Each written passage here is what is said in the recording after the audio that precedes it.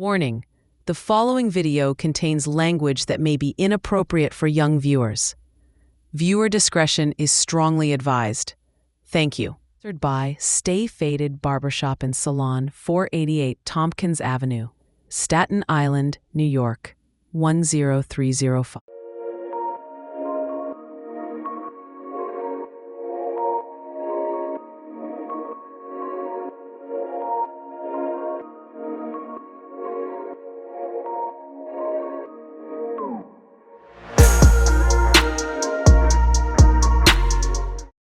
Man got me looking like I'm a rapper now. What? Who that kid, yo? He rap, son? Favorite rapper of all time, baby. That's what's up, baby. Let's get it on.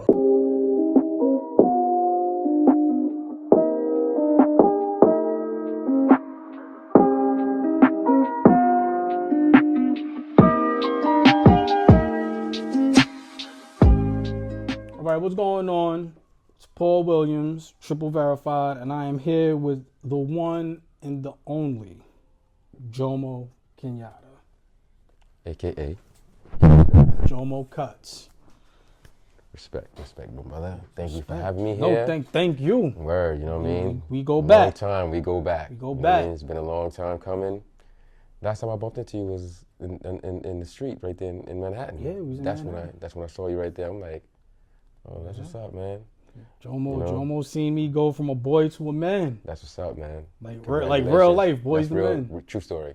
Yeah. Word. You know, so congratulations on everything. Congratulations on what you're doing here. Congratulations on this. So Thank you. that's what's up, man. That's what's up. You seen me at ground zero. Yeah, I remember. I didn't even have a bank account when I'm. Yeah.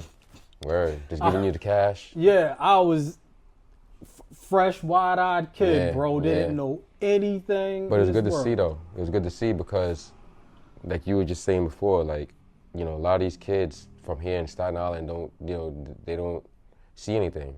And for you to just take the initiative to just be at that label right there is different because it's like, even for me, I'm in the Bronx. And when I first got into business and no internet and stuff like that, when we would tell people that we, you know, what we doing, they never believed us. And then the first thing that in my neighborhood, when they saw me and knew what I was doing, was the first hip hop awards, BET Hip Hop Awards, the first BET Hip Hop Awards, and the first cipher. And I was sitting in for that first cipher. This is when I had locks and everything, and this is when I was cutting Rhyme Fest. Wow, Rhyme Fest. Rhyme Fest, you know, and you know, he wrote that Jesus Walks. That's when he put me on. Like he used to walk around with his Grammy in his pocket. What? Yeah, because Kanye got the TV one, and then he got it looks like a how you call it? A medal, like a gold medal. Like an Olympic medal. Yeah, like Olympic medal. Yeah, and he just wore it, but he had it in a box. Back then we used to have big pockets. All our jeans had big pockets, so he had it in his pocket, in the box. So he just took it out, and he's like, yo, I got you know what I mean? I said, why you got it in your pocket? He said, it's mine, bro. And the best answer you could ever say. Yeah, can't argue with that. You know what I mean? So, and then I didn't know that he wrote Jesus Walks. Wow, I didn't know. So he told me the whole story, how he did it. I was like, You just told me something. I did not know. Rhyme yeah, Fest bro. was He that. said, man, I was watching BET Uncensored. And then, but he said, you know how it goes. I fell asleep watching it. But then when you wake up, what do you see on TV? Inspiration. Yeah. It's BET Inspiration. So he said, I woke up, all I heard was, Jesus Walks, in a cappella on the TV. And he said, man, I just ran to the studio.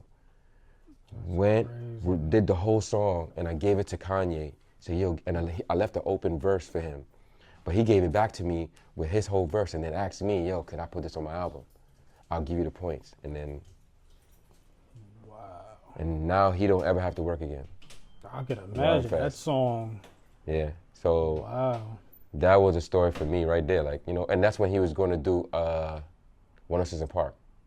106 in Park. Yeah, Wow. so it's throwback. Throwback. I used to have to go up there so much. Yeah. That it's crazy because that's when people, rest in peace Megatron, DJ Megatron. Yeah. Word. There's another dude from Staten Island, Mex. Shout out Mex. That's my boy. He's like heavy connected in the music industry. And I had known Mex from dealing with my cousin Justin Harper. But I knew Mex more from promoting parties. And we were doing something with T.I. at 106 in Park. And I know Mex was trying to get upstairs to like get a drop, something from T.I. So I come downstairs and Megatron's there. Me and Mega at this point had built a relationship. I didn't even know him and Mex knew each other like that. I didn't even really put it together. So Mex is like, yo, I'm trying to get upstairs to go get something from T.I. So Megatron's like, yo, talk to Paul. And Mex is like, who you? I said, oh, I'm over at Atlantic. I do marketing with June or whatever. Happy birthday to June. Today's June's birthday. Happy birthday. And he looked at me like, where you from? I'm like, I'm from Park Hill. He's like, what? You're from Staten Island and you're in the industry. I said, yeah. And I'll never forget Megatron said, we got another one. Yeah. And I said, yo, come on, because you don't really run into too many people. I mean, from here. All we had was the woo, you know what I'm saying? So let it, alone somebody in the industry. It's like, everybody I met was really Bronx or Brooklyn. You know what I'm saying? Bronx or Brooklyn. I get that. Staten Island's like you gotta be your own person. Yeah. Basically. Like a unicorn. And like I said, what led me into it, wanted to be a fake R&B singer. And I just didn't want to lean on nobody. I didn't want one thing I learned, if you depend on another person for money and their money's messed up, your money will be messed up. Yeah. So I got tired of people telling me who they knew. Like, oh, you know who I know and I can get you now. I'm like, and just kept using that as their badge. Yeah, so I'm like, I could go meet people too, and I didn't know nobody. Like I unbeknownst to you, Jomo, I got into the game. I lied my way into an office. No, but that's how you do that, though. That's how you do it. They respect that, though. Inca respected that. I lied my way.